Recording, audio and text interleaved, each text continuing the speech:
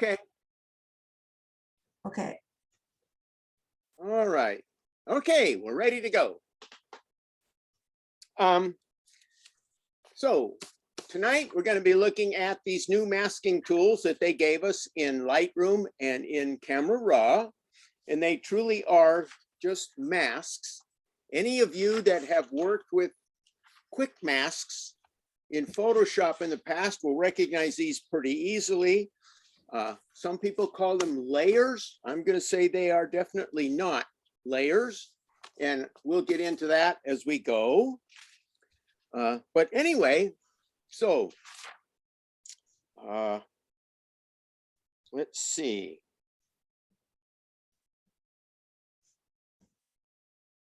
Okay, we'll come back to that. All right, I'm just going to start with we'll talk a little bit about the masks. You know, in Lightroom, we used to have these three. Can you see when I wiggle that? You see the little pointer? Okay. Yes. We used to have the adjustment brush, the radial tool, and the gradient there. Now we just have this masking icon.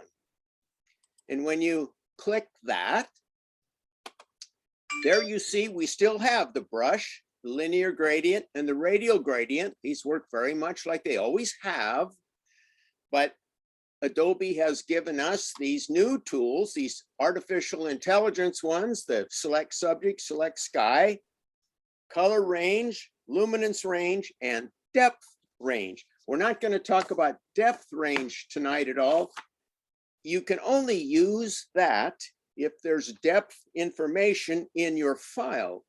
And so where would that come from? I'm going to say probably from iPhones, places like that. You know how the iPhone has the new features where you can take a portrait and blur the background? That is accomplished by using depth information. And I think that's what this depth range refers to. So we're not going to deal with that at all. So I'm going to start first off, just hit a couple things and then we'll go through some other files. So I'm going to start right at the top. This is the new AI feature, select subject. You just click it and you see there, it gives me that rubylith mask and it gives me a little mask list up here. I hesitate to call them layers. I'll just call them lists. That's what they are, just a list of masks. And what's the beauty of these now is as they accumulate, when you're making adjustments, you can rename them. So I might call this one, I'll just call it girl. Okay, well, I didn't spell that very well, but that's okay. So you can rename those. So if you're making a number of adjustments to a file, if you recall, we used to have those little gray dots and you had to search around for those little dots and click on them to see which one did what. So now if you've made multiple adjustments to an image, you can rename those. So you can just go back to your masking list here and find it if you need to adjust something. So this is the select subject and look how well this works. Now, once you click on an adjustment, oh, I would add, see these things in this gray box here? Those are the things you can adjust with these masks. You can't do the other things that are down the Lightroom toolbox, just these. So in this case, we've masked this girl. So see, I can make her darker. I can make her really light. Okay. I can also, let me get on the correct mask. You see this little invert here? So I could click that invert. Oh, I got to leave this turned on. Now you see it has selected the background. It just flipped my mask. And now I can make the background darker if I want, or lighter. Okay. So those are that's kind of a big picture on that. But I'm going to do something else. I'm going to delete all these masks. Now, I'm going to go to another one of these new ones. this one called color range. So I can click on this one. I'll keep that overlay. Now, if I go down here and click on this dress, see how it selected that dress? Now, you can turn your mask overlay off and on here with this little checkbox. You know, I will add a lot of these things that I'm talking about. If you go back and look at it later, this stuff is all here. You just have to look around and play with those. But anyway, so I can turn that overlay off or on. I can also change its color by clicking on this red square. So I might make it green or blue or, you know, purple, whatever I want to make that overlay. And you might need to do that if it's conflicting with some colors that are in the image. But I'm just going to stay with the red. So I will turn that off. Now, this is, we selected color range. Look how good of selection this is. I can take this little, you see this color bar down here? The little gray tab there indicates the color that you have right now. And if I move it, then it goes to what color on the top bar it's going to be. You see that, how that changes color? So if I stop at, say, this kind of purple color, now I can also go down one step to this saturation adjustment, and I can make that very dim or very intense. So you can select a color of something and change it as you see fit. Now, let me back us back up just because I want to show you something else here. Where this little red square is, you see those three little dots to the right? If you click those, now you get this drop down. And there's all these ways that you can look at what you've selected. I'm going to keep that on. Now, see, there's the color overlay. That's the red I started with. I can do it on black and white. I can do it on image on black and white. I can do it on white. But this is the one I like the best, white on black. So you can see the white area is what has been selected. And you can clean up a selection. We'll do that a little more in a little bit. But look at the thing that interests me is look at this little thin strap on this dress. Look how well that selected that. If I were trying to do this by hand, how long would it take me to go in here and paint in all that dress around these fingers and pick up that little, all of this? So it's a pretty amazing tool for in those situations that it works very well. Okay. So I'm just going to delete all these masks and I want to go to this picture. Same girl. This is oh, I forgot what high school she went to. Anyway, her mom brought her and her boyfriend over to get some pictures before the prom. So we were just taking some before they got dressed in their prom wear. And so I have this photograph, which works well to demonstrate a number of these things. So I'm going to start with the familiar. Okay, we've had this brush for quite a while. So I can go over here and let's say I can paint on his face and her face. You know, this is the brush and you can adjust its size and feather and all. This is the same adjustment brush we've had. See, so now I can brighten that or darken it or whatever. Okay, so that's a pretty familiar, common thing. Okay. Oops, I want to keep that open. I am going to delete that one. And then let's look at the radial gradient for a minute. Some of you are quite familiar with this, I'm sure, but see here, you can just drag out this gradient. And let's just say I want to make it about that big. I can move it around I can get, if I get in the right spot down here, I can, well, I'm not in the right spot. I can rotate it, you know, and then I can use that gradient to, maybe I want to brighten up the faces a bit. And then if I want to, I can go make a new radial gradient.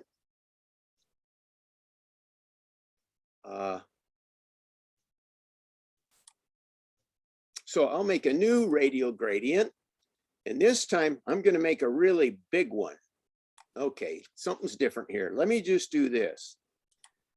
Complicates things when you pile them up sometimes. So I want a new radial gradient. So I can make this one pretty big. I'll drag it down here. Now, when you're working with the radial gradients, you want to be able to adjust where it lands. If you press H, you see the controls appear. So now I can make this gradient wider. I can change the amount of the feather, or I can do that over here in the slider bar on the right. Okay. But anyway, and then, you know, I can make it taller, narrower. I can grab this little thing at the bottom and rotate it. Okay, so I'm going to turn those controls off. I think I am. Yeah, there we go. Now, so if I want that to brighten my subject, notice how bright the skin is getting. If you can see that, there are two ways to make something brighter. You can either brighten that thing or darken the background. So with this radial gradient, let me put that back to 0 again. You see this little, on the right, there's a little invert box.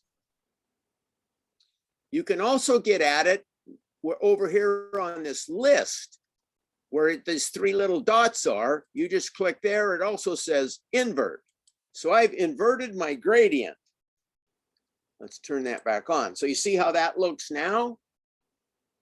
So now I'm masking in all of this.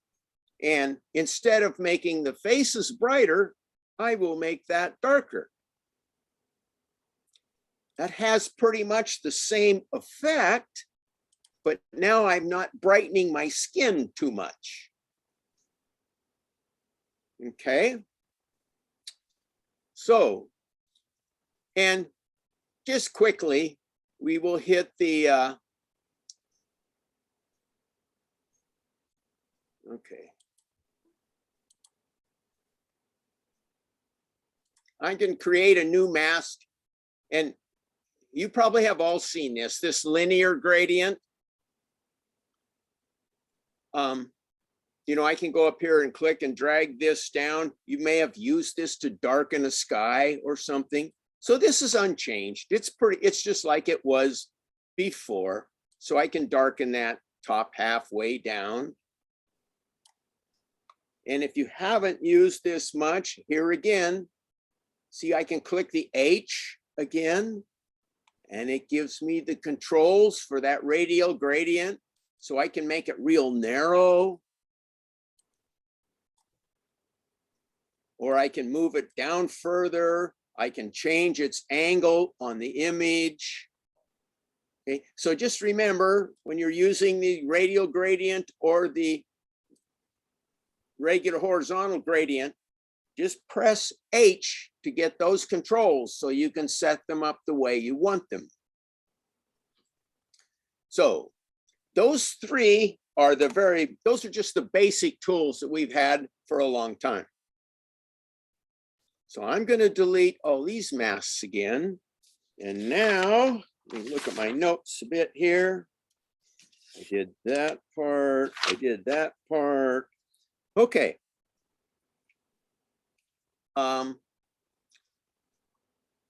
So let's try one of the new ones again. This time I'm going to go with color range.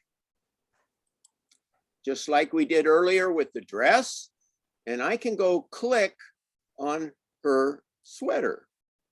So it's selected. But I don't know how well you can all see this, But if you look, you see there's some red on his face, a little bit on hers and down this arm. So it's clearly selecting more than just that sweater. So this is where I go over to my little 3 dots here. And I go down to this white on black. Now you can see exactly what's been masked.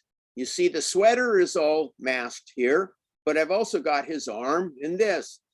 So I'm going to go up here where my masking list is, and I'm going to click subtract, and I'm going to use a brush, and then I can just paint those out because I don't want to adjust those. I just want to adjust the sweater. Okay, so now let's go back to the standard overlay. Okay, so we just have the sweater selected. So I can go down here now and I can change the color on that sweater. That's the same thing we did with the dress. Okay, the color's obvious. It's this little 2 bars here in the toolbar. Okay, so let's just say I actually think this kind of maybe teal color probably looks better with his brown shirt than the red did. So I'm going to go with that.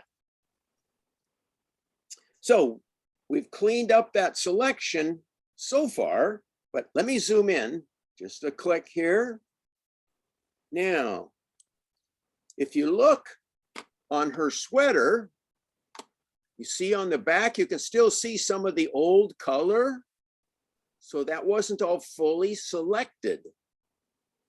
So now I will go to you see over here on my mask list, the add tool. So I'm going to click add. I'm going to pick a brush.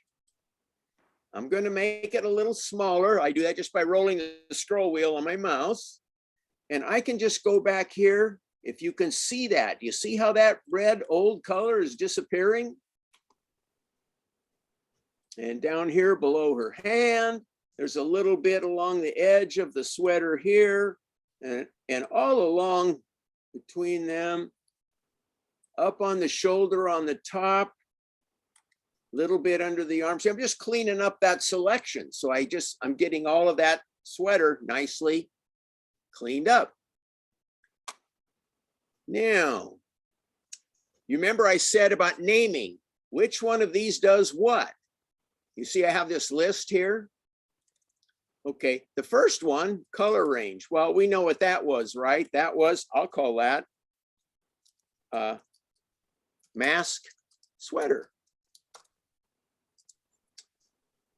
The next brush, what did I do? I subtracted the places where it over selected, like parts of his face.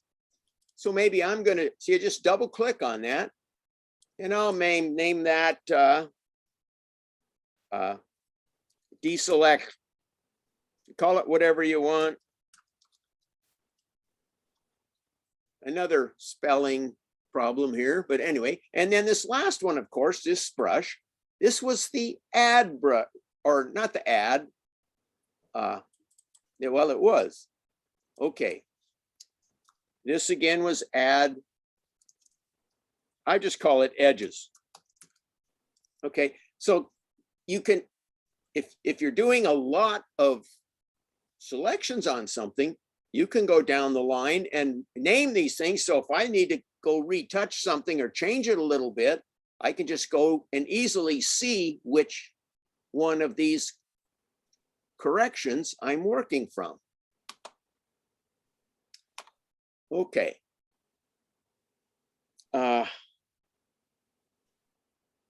Now, let's go another step with this one. Let me get back to the full screen here. And I'm going to create a new mask now. So I'm going to go to the very top here where it says create new mask. And I'm going to try the color range again, because I want to change the color of his brown t-shirt.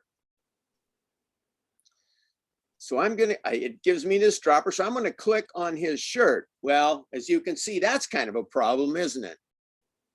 You can see there's just red everywhere. It selects everything because the tonality difference is not big enough for it to see that. So in order for me to select his shirt, I'm probably going to have to go over here on my list here and get subtract. I'm going to subtract with a brush. Then I'm going to have to paint that masking out, aren't I? All around his shirt, right? I'm just going to do this really crazy. Okay. All right. So I painted out, we'll pretend I painted out everything but his shirt very carefully. Now I want to change the color of that brown shirt. So I'm going down to this color bar again, and I'll click and drag on that little gray tab.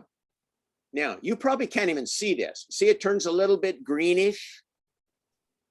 Oop, a little purple, back to brown, greenish. You see the shirt just barely changes color. The problem is that the tone in that shirt is, well, let's try something. Let's make it really light and see if that works. Nope, that doesn't help. What if I make it real intense? Well, I can see it a little better. Well, actually, I can make it kind of green, can I? But the thing you see here is that sometimes it works, other times it's not going to work so well. And you're going to just have to go in and do this manually if you want to select that shirt. So you have to make a decision on how much work you want to do for any particular image. Okay. Any particular questions at the moment? Wave your hand or something. Remember, you can push your space bar. Oh, this is Jean Alleman, Tim. Yes. You said you're going to delete the masks. How do you delete the masks? Oh, if you look on this set of tools for masking, right at the very bottom, it says delete all masks. Do you see that right down where my pointer is? Yeah. I do, thank you. The other thing you can do is on this little mask bar where I've got the masks, I got mask 2 and mask 1. See right at the very top where it says masks?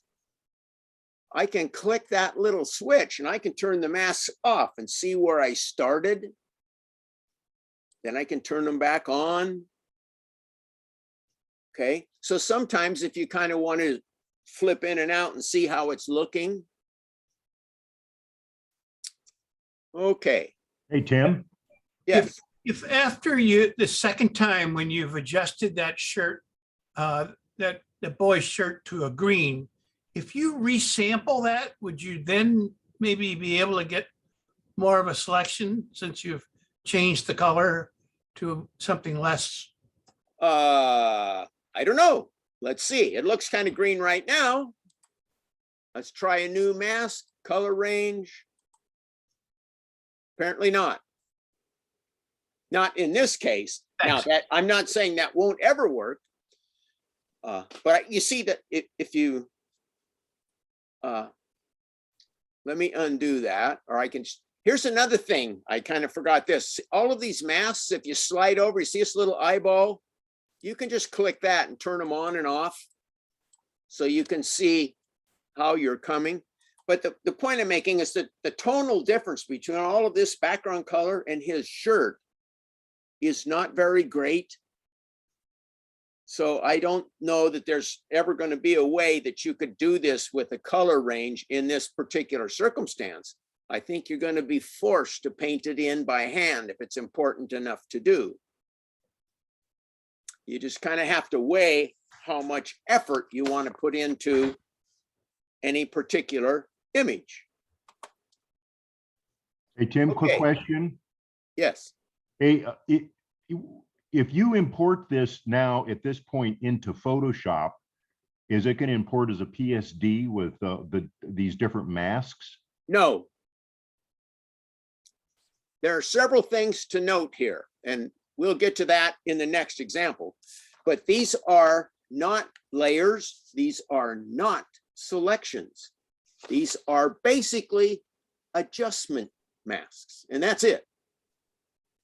You cannot combine them. You cannot export them to any other product. Once you click export from Lightroom, it collapses it to whatever program you send it to. If I have my program set up to go to Photoshop as a PSD, I get a PSD. The layer is there with the picture with the adjustments that I have on it, but the masking is all gone. That's something I would like to see them fix. It would be nice if we could do that. The other thing that would be nice is if you see this mask, and I have all these sub masks that I did here, I cannot put them together either. I have to deal with each one individually. We'll hit that again soon. Anything else? Okay. Now we're going to look at this picture. You know that place out along the freeway that has all the junk out there heading west a little ways out of town? I have referred to it junk. It's kind of interesting junk. It's a very visually interesting place, but this is a fairly easy image to illustrate a lot of this with. So it's a good choice. I'm going to start with select subject. So when I click that, I automatically get a mask, and there is my selection. So I've got the eagle here and most of this space selected, none of the sky. Now, some kind of interesting things about working with masks. Let me zoom in here. And this also works well with layer masks in Photoshop or with quick masks if you use them in Photoshop. It's basically the same thing. You see up here in the wing how this mask isn't selecting right into these corners. So this is something I discovered when I was working on portraits, and I want to mask into a corner of a person's eye. And this kind of illustrates that. So I want to clean this mask up. So I'm going to get subtract, right? Because this red ruby lith color, see that I can click that off and on. That is my mask. But it's over selected. So I'm going to go over here and get subtract. And of course, I will use a brush. So if I make my brush real small, let's say, and I try to paint into this corner to clean that red up, I hope you can see that. But you notice you have to keep getting a smaller and smaller and smaller and smaller brush to try to paint into that corner. That's kind of a pain in the butt. So the easy way to do that is take a brush that's a little bigger than you need. And I'm going to do this. Now you see, I just took the mask off part of that wing. But you see over here in the mask, I have erase over here in the controls. Mhm. Or I can just hold down Option or Alt on the PC and I get the plus. So I can paint this back in along this edge, and I can paint this back in. And you see how much easier that is to do? Paint yourself out of the corner and then paint the rest of the room back is so much easier than trying to paint into that little corner with a little brush. So that works in a number of things in Photoshop. See, I can do it over here too. Now I'm going to need a little smaller brush, smaller than that. And I hold down Option or Alt, and I can just paint that little area back into my mask, add that back to my mask. There, now I'm good to go, and I have a nice cleaned up wing. So, Jim, yes. one of the things I've found is that when you need a smaller brush, what I've done is I've made the image much, much bigger so that it's easier to get into small places. Is that possible here? Yes, I'm in Lightroom. I can go over and change this to 200% or 400 or whatever. In Photoshop and stuff, when I'm doing retouching, I often work at 300%. But the issue of painting into tight corners, if you're using a feather on a brush so that you have kind of a soft edge, if you have a, let's say 100 pixel brush and a 10 pixel feather, and then you switch to a smaller and smaller brush, in order to keep the same amount of feathering so it's not apparent, when you get down to a 10 pixel brush and you want a 10 pixel feather, that's just not possible. That's the issue I found with painting with smaller and smaller brushes. As they get smaller, that feather gets narrower and the line gets harder. So it's harder and harder to disguise where you painted. That's why I like this, just paint it out and then paint back in what I want.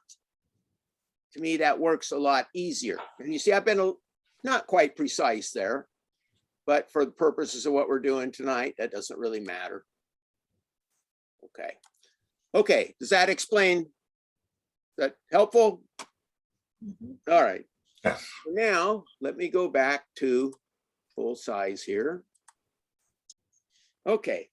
And there are other places on this selection that could use some cleanup. You know, see here underneath, and I'm not going to take a lot of time to do these really tidy. There's a spot up here on the wing. There's some between the foot and the rock there. Okay. So let's just say I want to subtract. Okay, let me go back up here. So brush one, I'm going to put up, that was a clean wing. So now let's say I want to get rid of this base. So I can hit subtract, I get a brush, and you see I get under my one mask, I get another new brush. Okay, so now I can go down here and I'm going to paint this base out. Now, let me zoom in again because I want to kind of show this. Probably most of you know this, I don't know. But, so I'm going to paint this off of here, right up to the edge of the bird. And I'm going to do that on the other side. Now, I want to paint the rest of this off. This is kind of handy. If I go with a fairly small brush, and if I click, I can just drag along here and paint this off, right? But when I get to a straight spot, see, I can click and then I can move over here. I hope you can see that. And I hold down Shift and then I click again and look at that. You can follow straight lines with this Shift click thing. So I can maybe clean that up a little bit better in a couple of spots. And then I'm going to go over here and I will click once, go down to the other side, hold down Shift, click. Okay, are people able to see that? Mm-hmm. That Shift click, then I can just easily paint the rest of this out just by zooming around quickly. Okay. So let's go back to fit on screen. So those are just a couple of handy things to know that work. This Shift click thing works with paint brushes. It works with all kinds of brushes. If you're going along a straight edge, it's pretty handy. Okay, so my next brush up here, I'm going to call this one, I'll just call it base. I always bump the keyboard first. Okay. So now I have this mask. So now I'm going to make a new mask, but now I've decided, how do I want to do this? What order?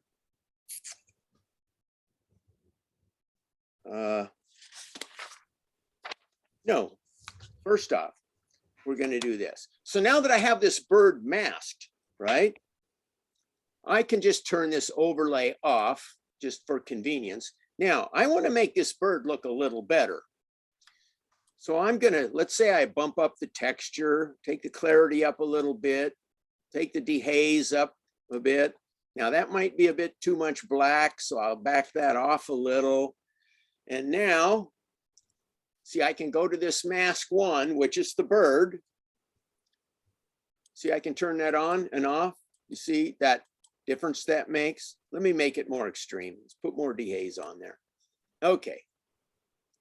So I've adjusted just the bird and nothing else in the picture. Okay. So now I have this mask selected. Now I want to do something to the sky. So how about I just click, look, there is no invert here. There is no invert over here. So if I look at what I have in this mask, let's go down to the subject. And I click on these three little dots. And now if I invert, but look what happened. I have all of this problem where I did that other things. Okay, well, in that case, clean wing. See, that's showing up here. Well, let's just invert that. Well, that just inverts that part and nothing else. You see, I have selected areas there and down around his beak here. Well, let's try inverting the base. Let's invert that one. Okay, nothing happened there. Why not?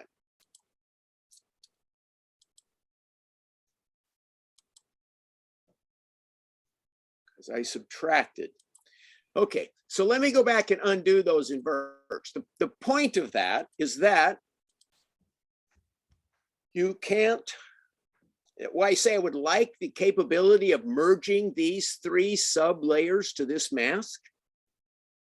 If I could put them all together, then I could easily flip the thing. But you can't. That's something I would like to, a capability I would like to see them give us, but I don't know that they will ever be able to, hard to say, because that means each of these have to be independent layers, and they are not layers. They are literally just masks that mask an area that I can put a correction in. So the solution to that is we create a new mask.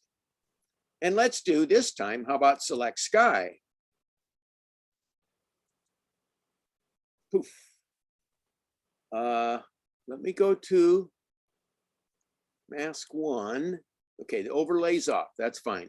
Okay, now you see I've got all of the sky selected. So let's just say I want to make the sky a little bluer. I might do it there. I might go down to the color sliders and try to make it a little different shade of blue. Crank up the saturation. So now I have a much bluer sky.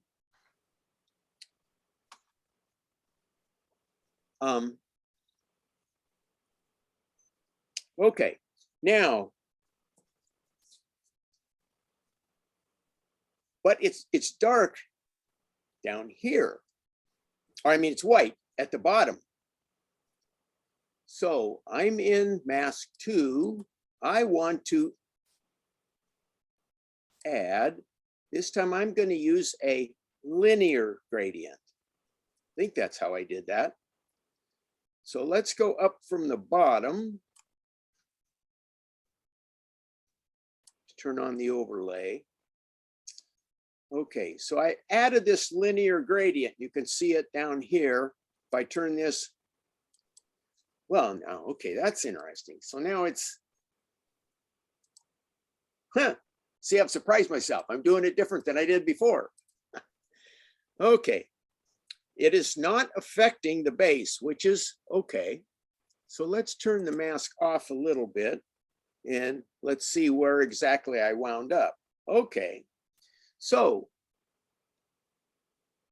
now I have both the bottom and this other mask selected, so I can make that darker. Let's do something different. Have that turned off.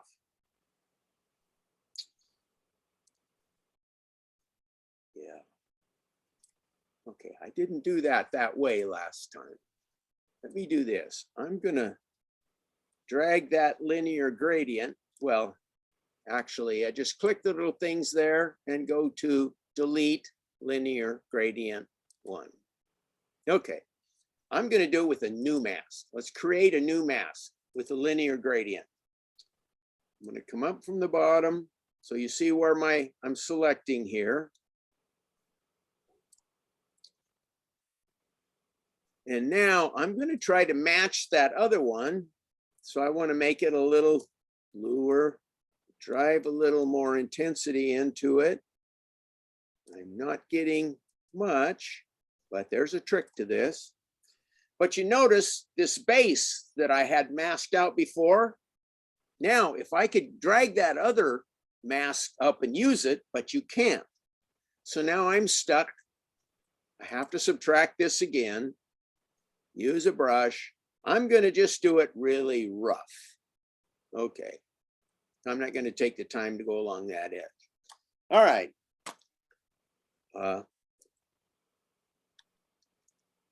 Okay. Now, I'm not quite getting as much intensity of color down here as I like. So I can go to mask 3. I'm going to just put this is the bottom gradient. I'm going to go to mask 3, and if I right click, you see this duplicate.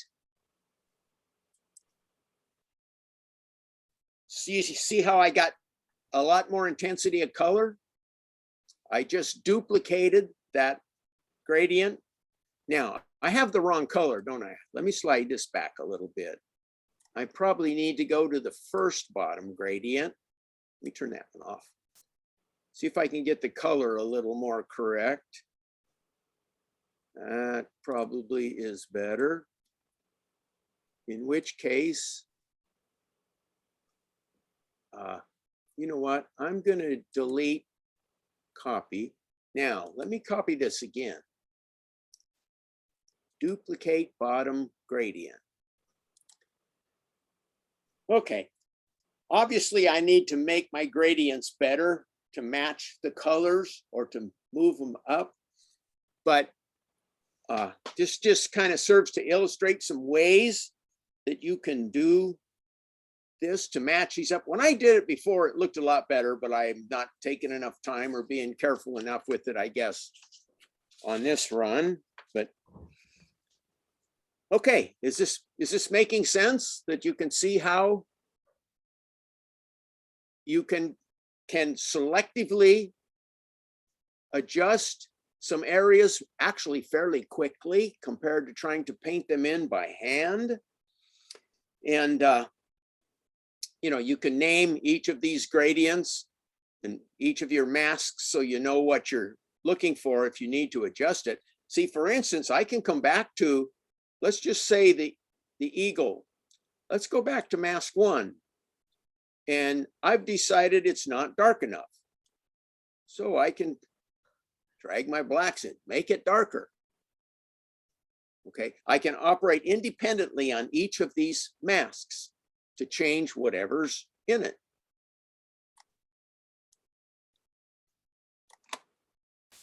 Okay.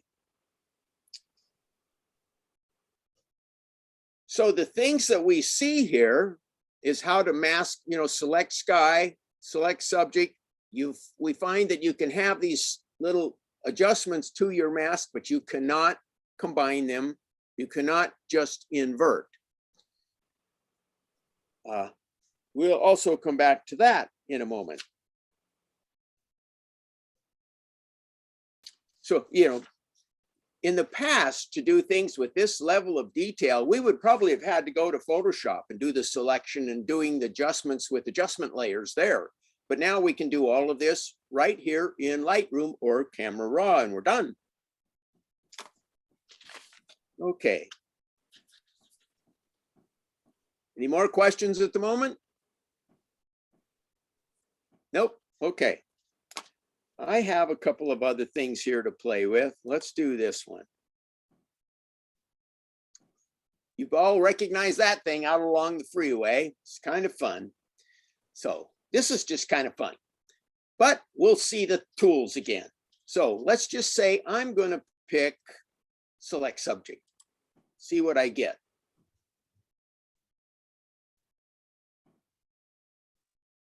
Oop. Okay, there's a space capsule. You'll notice there's some areas like right in here that aren't very well fully selected. So I'm going to get on my mask and I'm going to add again with a brush. So I'll go down here and I'll paint those in so that they get selected better. I shouldn't use selected. They get masked better. Okay. All right.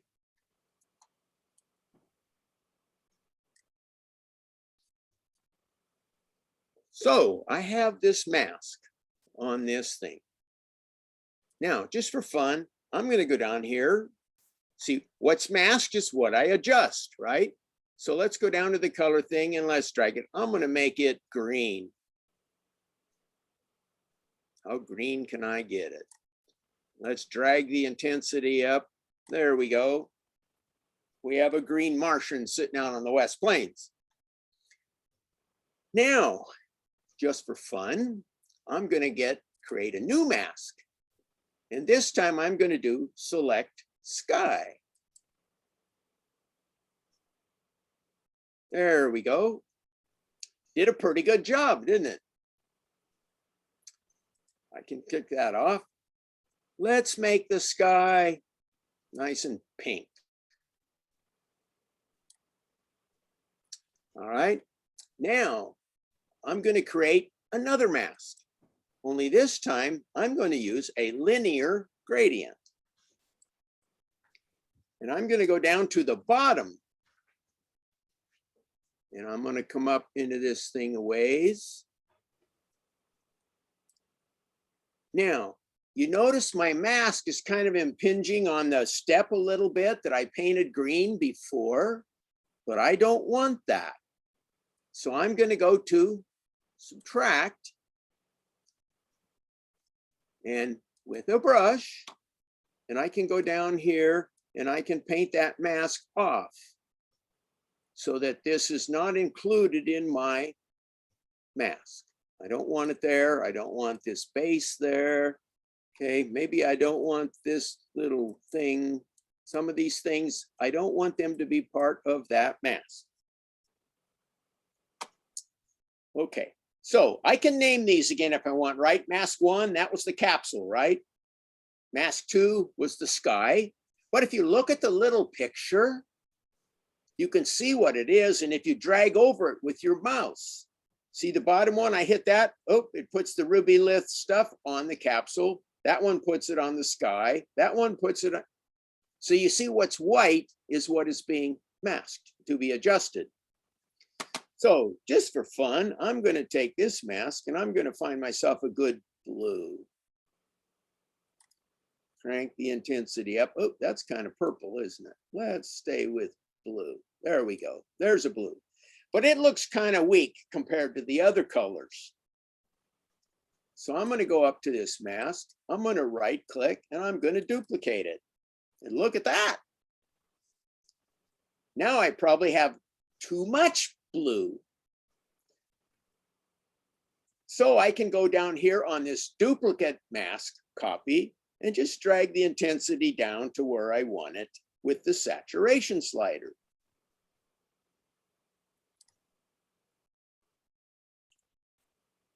Just making sense.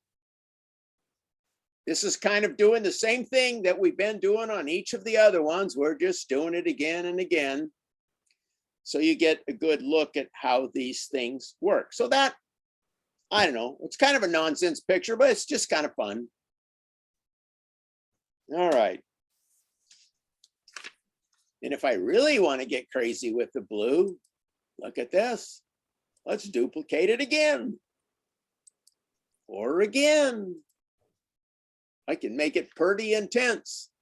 That's just the same thing that we do with layers in Photoshop. You duplicate and use a multiply mode or something to make things darker and darker.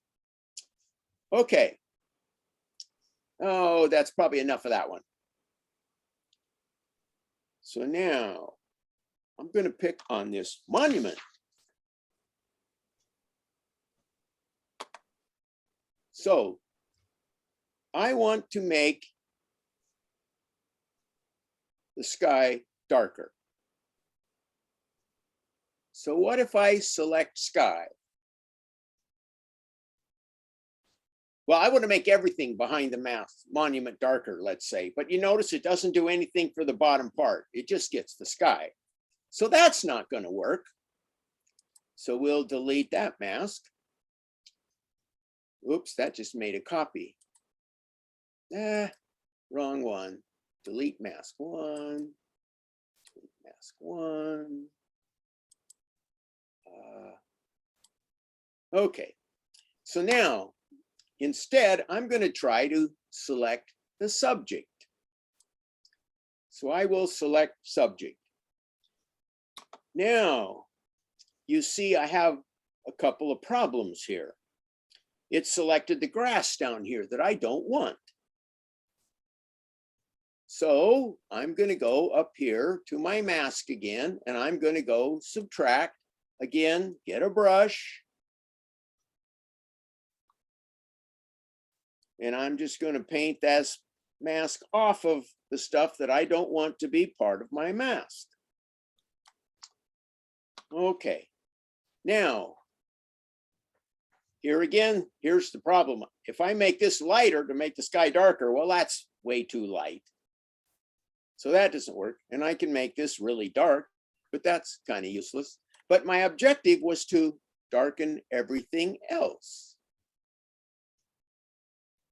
So what if I go to my subject, right click, and I'm going to invert that. Oops, I got to have the mask on. Okay, now you see the problem I have. Well, it inverted, but all of this stuff that I painted out with this other layer got inverted too. So I inverted part of it and inverted part of it back. So that isn't going to work to select, to be able to darken the whole background. Okay, so we're going to go in and undo this invert. So now how do I do this? You see, the problem here is you have to decide what you want to do first. I want to darken the back. So how do I get there? I am going to delete all these masks. Now I'm going to go back to select subject. Now, before I make any corrections on this mask, I'm going to invert it right now when I just have one thing here. But you notice now I still have this problem, don't I? But now I can fix this one. So now I need to add to the mask, right? I need to have this area down here at the bottom left pink too. Okay, so I click add. I'm going to use a brush. See, and I can go down here now and paint this stuff. So now that's all part of the background. So now I've got to where I want. I have everything except the monument masked. So I can now darken that, right? Right, see, I can just darken everything, but the monument doesn't change. Okay, but now I have a new problem. Look at the edges of this monument.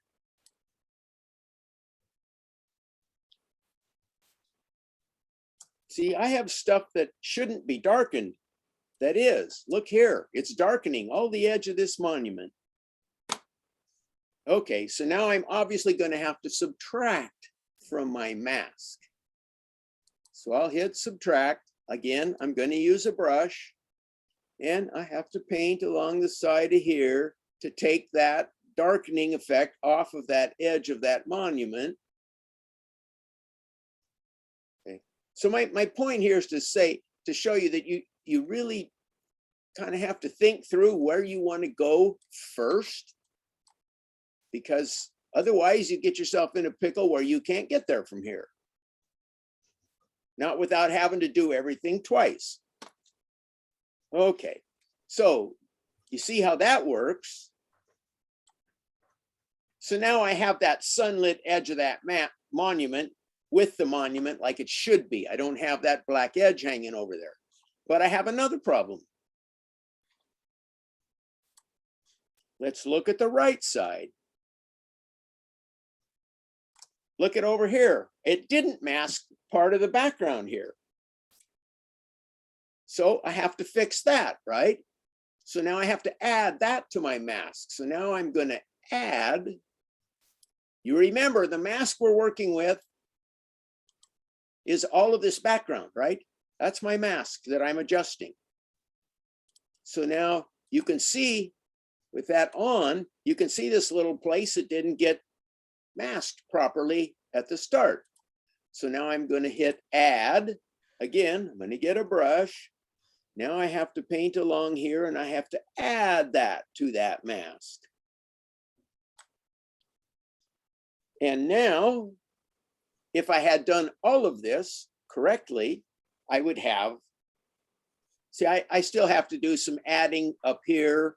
There's some place, I just added just this edge. But anyway, now I have achieved, I have my background that I can darken or I can lighten. You know, I can do whatever I want to it. I can pump the contrast way up, maybe pull the blacks in, open up some shadows, whatever I want to do with it. Dehaze, take the texture out. You know, I can do anything I want to this mask. But first you have to get the mask placed on the thing you want to adjust. So this is kind of flip-flop thinking sometimes. Do I want to add to a mask or subtract to a mask? You know, well, the thing to do then is just click on your mask so you can see it and say, okay, you know, I could see over here where I had stuff that wasn't masked. So I have to add. I could see where this was overlapping over here, stuff that it shouldn't have. So I have to subtract from the mask, because that's what I am adjusting. Now, let me turn that back off. Okay, how are we doing? Is this questions? Is this making sense? Are you following the flip and flop? And the only thing I can say about this is you just have to load up some files and start playing with this stuff, because you're going to find issues all the time. Tim, do you have any advice on how to think it through? Pardon? Do you have any advice on how to think it through before you start? Well, I would say either before beer or well after. Yes, it's pretty basic, really. On this one, you could see that soon as I clicked, let me do this. I'm going to turn this off. So we're back to zero, square one. I'm going to make a new mask. And remember, I had select subject. Okay, now I already know I want to darken the background, all of it, not just the sky. So I want to work with the opposite of subject. But I have too much stuff selected down here. But if I want to invert this, I know I can't be adding things to this or it'll screw me up when I go to invert. So I know right away, the first thing I need to do is invert this first. So I go here and invert this mask. And then you see I have stuff down here that is not part of my mask, but needs to be. So I'm going to add, and I'm going to use a brush, and I'm going to add that. See that's the process. How do you think it through? Well, you have to think in terms of what's your end objective and then work toward that. I'm going to show you something on this one. I'm not going to actually do this, I don't think. Let me see, what did I do here? Come on. Knock, knock. It should give me that mask. Off, turn them on. How come I can't see?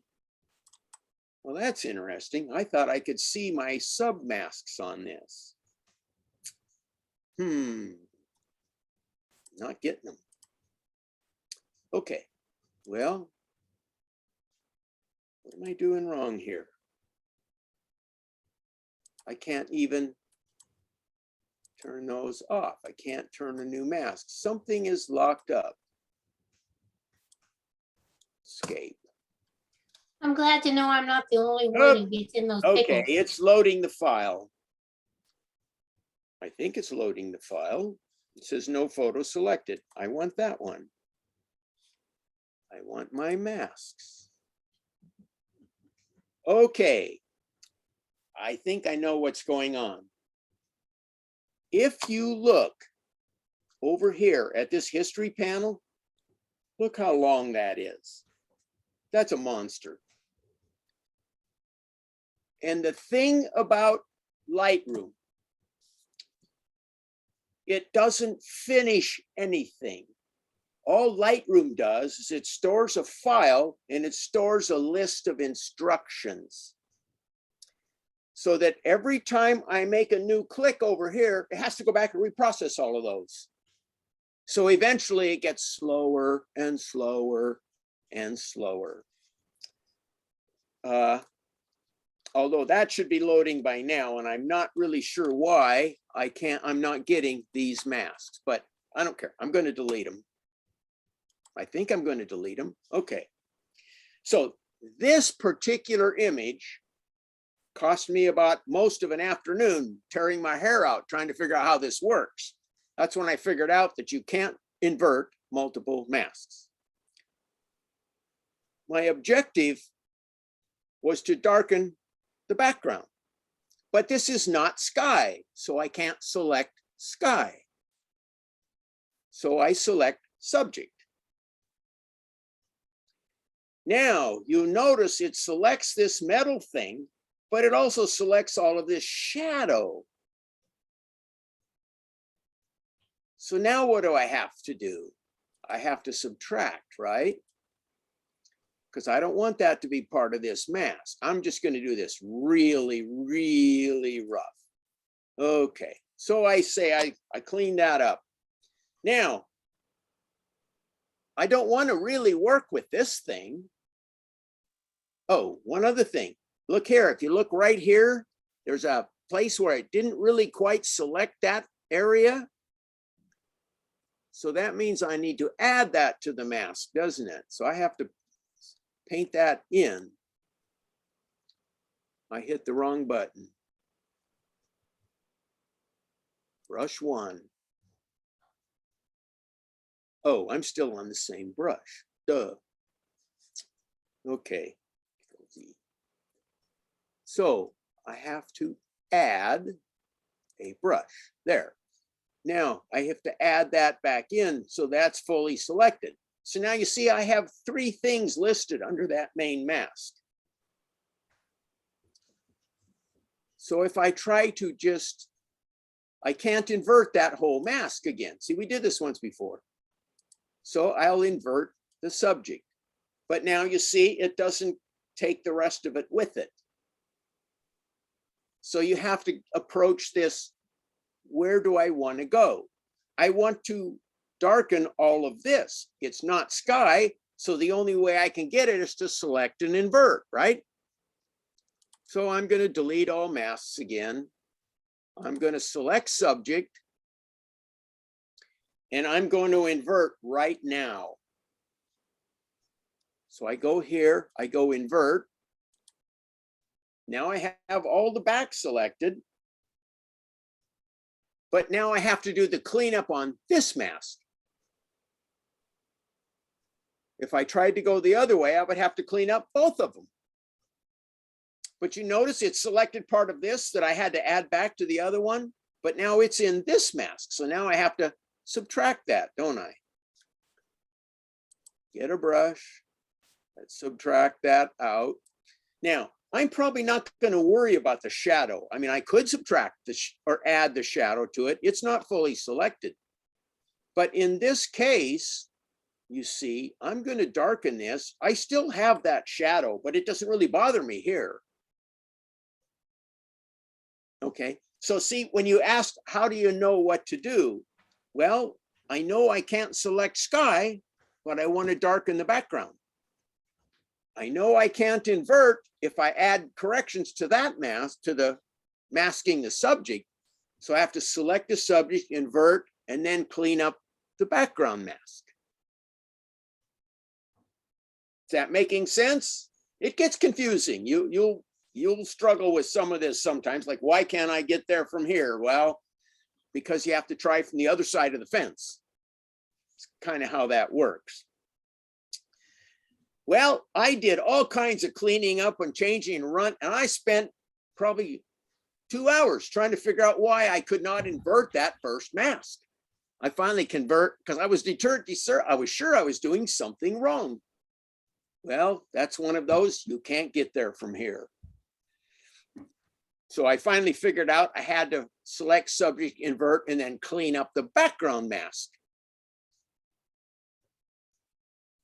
Okay.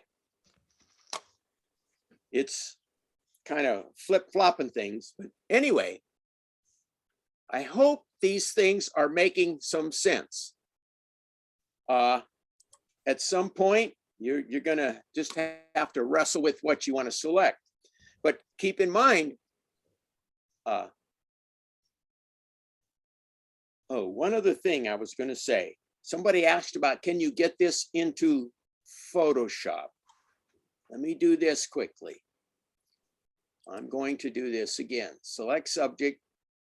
I'm going to invert so that I select my background. I'm not going to bother with cleaning up. I'm going to drag the exposure to 0. I'm going to drag my blacks all the way to nothing. Now, if I export this picture as you see it,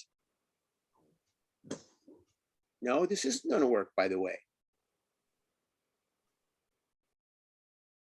I could export this to Photoshop, and then using Photoshop selection tools to select all the black, I could wind up and then invert it there. I could wind up with a selection of this in Photoshop. But then I'd have to drag in another copy to get my background, because my background here is all black. That's what I would have in Photoshop.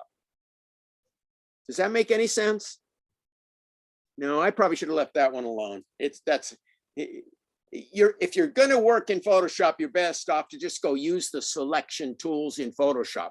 Photoshop has select sky, select subject as well. Okay, let's just bag that thing. You know, and just a couple things to look at.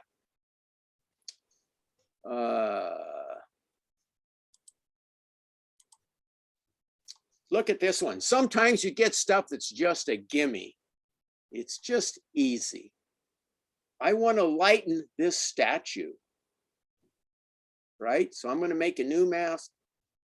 I'm going to go to select subject. Bang. How easy is that compared to trying to do that with a brush myself? And look how good of a selection that is. So I'm going to brighten it up. Sweet. Now I want to do something with the background. So I'll go to this subject. I'm going to invert. No, I'm sorry. I have to do it differently. So I'm going to create a mask now for the subject. Now, I don't have any sky, but I want to select the background. So I'm going to select subject again on this new mask, which it's going to do. Then I'm going to invert that mask. Now I've selected all of the background. And let's say I want that background to be a little darker. Let's make it grittier, crank up the texture, maybe a little clarity, maybe even a little, I can change the relationship of that statue to everything around it so easily, just by selecting the subject.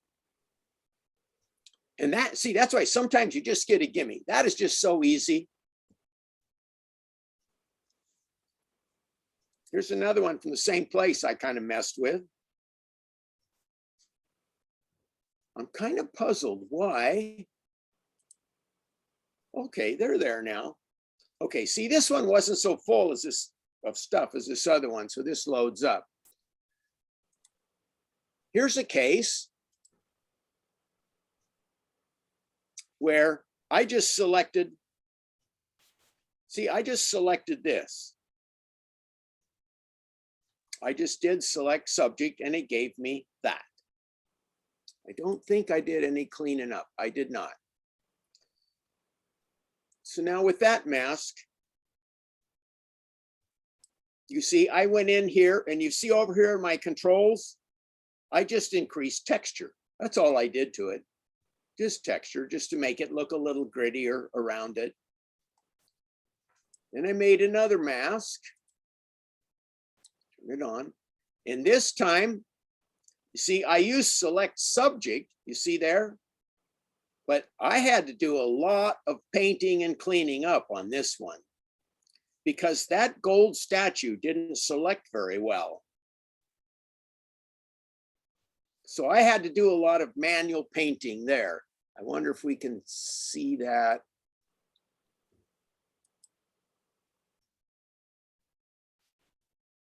No, we can't. But anyway, so I actually had to paint in most of this statue in the end because it didn't select very well. And then I went over and look at all the tweaking I did to get it to look like just pure gold. But I was just kind of playing there to see what I could do and what it would take to do that. Okay, my final comment.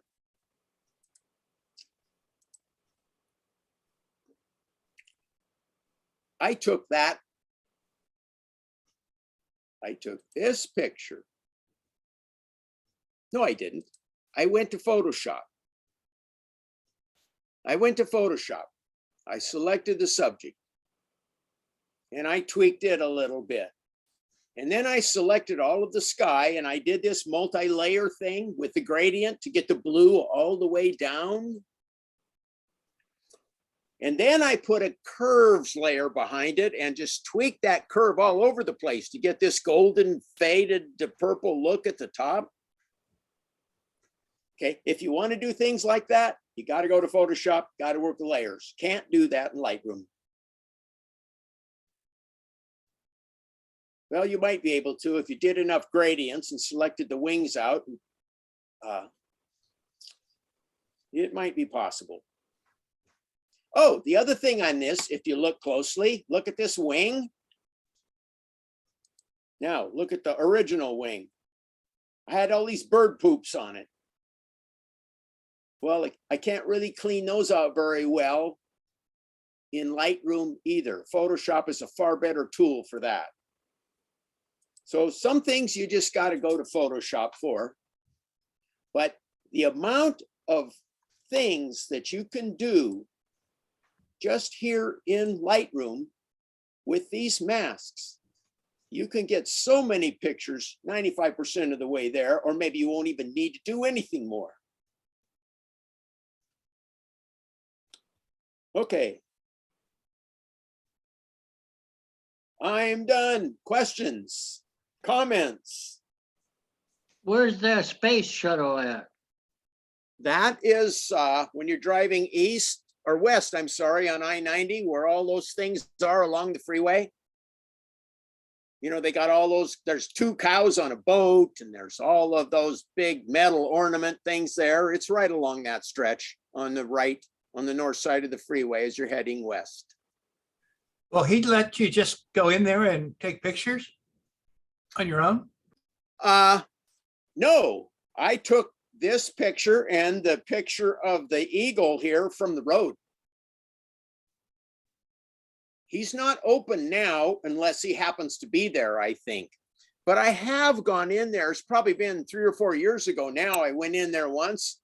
Dora Davis and I went out there to see what they had going, and we went in and asked, and they were fine with us going in and photographing their stuff. And I had a business card for the guy that owns it, but I don't know where I put it. But I think they're pretty accommodating if you want to go take pictures. I mean, I don't know how they would act if they had, you know, 3 people a day, 10 days in a row. They might get tired of it. I don't know, but Is it a retail outfit or is it just his collection? I'm sorry, Wigan. Is that a retail store kind of thing, or is it just his private collection? Oh, he sells that stuff. I'm sure he sells that stuff. Yes. He used to have a store at Mission and Ruby in town where you could go in and walk around through the stuff. But he closed that some time ago. I don't really know where he sells it or what, but he has open hours during the summer. The hours are posted on the front of on a sign in the front. So I believe he wants people to come in there and buy stuff. But anyway, they make good subjects. Now, some of these, you see, like this eagle thing, this was really fairly easy to work with because all the edges, you could pretty easily select it, clean it up. The more complex things get, I don't know, let's try something. Let's go to this picture. And I'm going to do well, let's just delete all the masks. Let's see what select subject does with that. I haven't done this. Not too bad. Looks pretty good, actually. You can see there's some bad stuff going on down around the feet that I would have to clean up. But pretty much does a pretty decent see, so I can darken them or lighten them. Actually, that's a pretty good mask.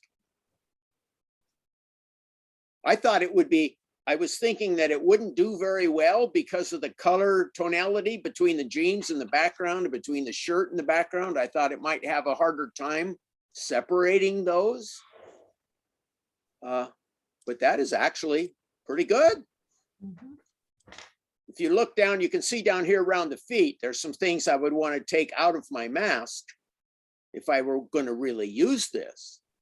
But the most of the rest of it looks pretty good. I'd have to zoom in and kind of go around the edges and clean up if I were going to do that. Yeah, see right along the shoulder here, it's a little tweaky. Some areas in here.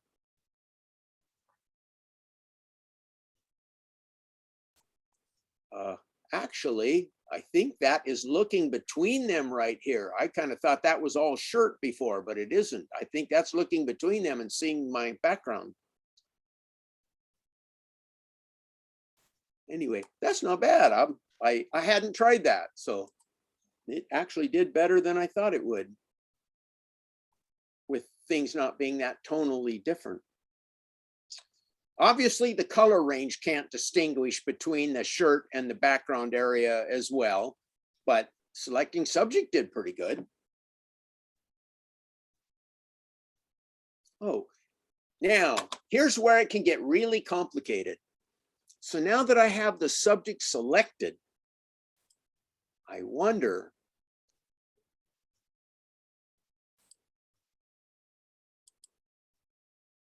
if subtract, where is it? Oh, it's under here. You see this intersect mask width? Let's just see what happens. I'm going to intersect that with a color range mask. And I'm going to click up here. And let's see what happens. Well, okay, see that intersection selected out some of this, that isn't working. Now I really don't know quite how this intersect mask works. I have not messed with it to see how it would be useful. I'm sure it is, but I haven't really looked at it because I think we have enough stuff for one night. Maybe more than enough. But basically all of the things I was doing was kind of the same thing over and over.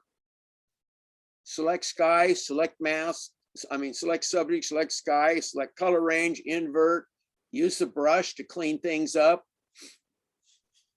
Okay, all right, any other questions?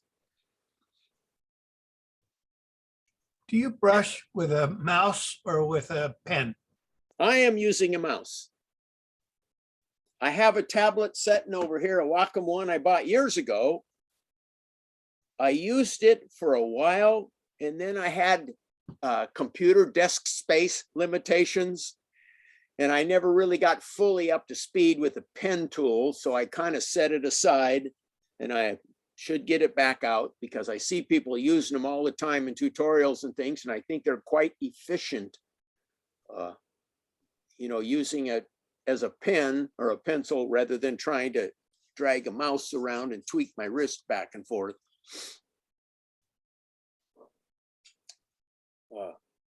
I think that's pretty interesting stuff, though. It's really pretty powerful tool for masking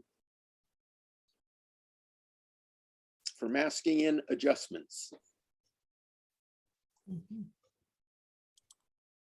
And if you want to just play, kind of fun.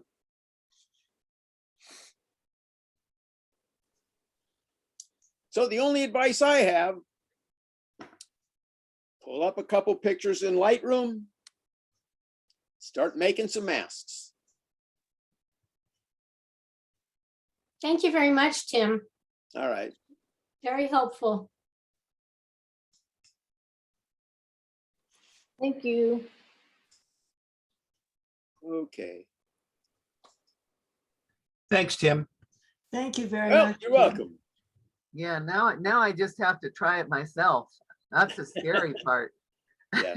Well, it is true that any of these things in Lightroom and Photoshop and whatnot take a certain amount of practice.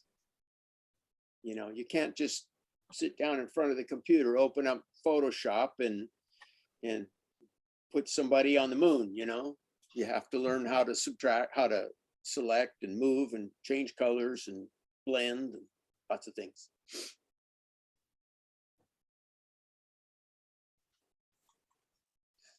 This, by the way, if anybody's wondering, this silver thing, that's an automobile part. I have no idea what part. I just know that it melted out of a car in the fires out of Malden. Huh. It was laying there. I thought, well, that's interesting. So I picked it up and laid it on this. I think this may have been a car hood. I don't know that either now. So I just laid it there, took a picture of it. I actually brought some of these home to mess with my studio lights and stuff. And I haven't done much of that yet, but kind of fascinated with these odd shapes and things that you get when these car parts melt. See, you can see the rock stuck in it, little pieces of glass that are stuck in it. This is the side that was on the ground. It looks like it's The other side looks or different. solder, like Yeah, solder. they used to have that in bearings, which no, I'm sorry if I was talking, I didn't get that. Too. yeah, the plastic. Yeah, would have just gone. Am I supposed to hear that? Oh, anyway, I didn't. Well, I would say Harvey sent me an email this afternoon with a tutorial thing in it about this stuff, and I haven't had time to look at it. So That'll be my next project, to see how many things they know to do that I didn't. I'm sure there'll be plenty. Yep. Well, you want to make Well, a comment? Yeah, you got into it a lot more depth than she did, Tim. Oh, really? Yeah, Wow. yeah, I saw her thing. It said that the 10 tips or something. I go, wow, did I cover 10 tips? I have no idea. But, yeah. Well, half of her tips were from the old, with that, from previous techniques also. oh, okay. Yeah. But I still like the red hair better. The what? The red hair? You said? Yeah, she is definitely a redhead. Oh, the presenter of that. Yeah, I haven't looked at it, so I have no idea. Yeah. But anyway, so there's still stuff to figure out. I'm still wondering how to use this intersect thing. Because I saw something somewhere. See, I first started with this thing and I ran into all these troubles with this shadow. And what am I doing wrong? And I went and I saw a tutorial on YouTube, and the guy went over some stuff, and he showed how he made a mask of somebody standing with these rubber boots on. And then he intersected a mask, and he wound up with nothing but the boots, so he could change the color of the boots. But I can't remember where that was or how to find it again to figure out how he did the intersect thing. I don't know how that works and haven't tried. I'm sure it has capabilities, but depending on what you want to do, like with this thing, it might be just as easy to just go to Photoshop and select it there, and then do my darkening of the background with an adjustment layer, rather than wrestling it through Lightroom and then exporting it to Photoshop and then winding up having to select again if I want to do a adjustment layer change of some kind. So these have their limitations. They're basically just their adjustment now. They've taken the tools we used to have. We used to have the brush, the linear gradient, the radial gradient. Well, they put them in here and give us a way to list and label them, which is, I think, very convenient compared to hunting all over your picture for the little gray dots that used to be here. By the way, if I press H, we should be able to see, I think. Oh, maybe I have to have this off first. But then they added these other, AI-oriented ones. Oh yeah, see if I press H, you see those little diamond things appear right here? Mhm. That's the one for the sky. So if I click on that, see, there's my sky. There's one over here. Well, I have to turn that off now, probably. There was another one. Where'd it go? There was one over here for this mask. Why am I not seeing it? What does that change? Well, I don't know. See, that's one of those things you kind of just got to stumble around and find, I guess. That's showing me. I don't know what that's showing me. Now I don't know why I don't see them at all. Oh, when I click the H, there's a little square one down there. That's for the gradient. But there was one right here for but I don't see it now. I don't know. Anyway,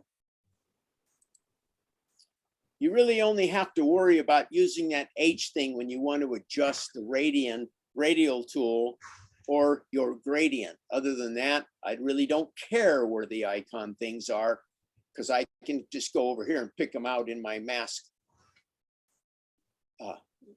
My masking list, I guess you call it.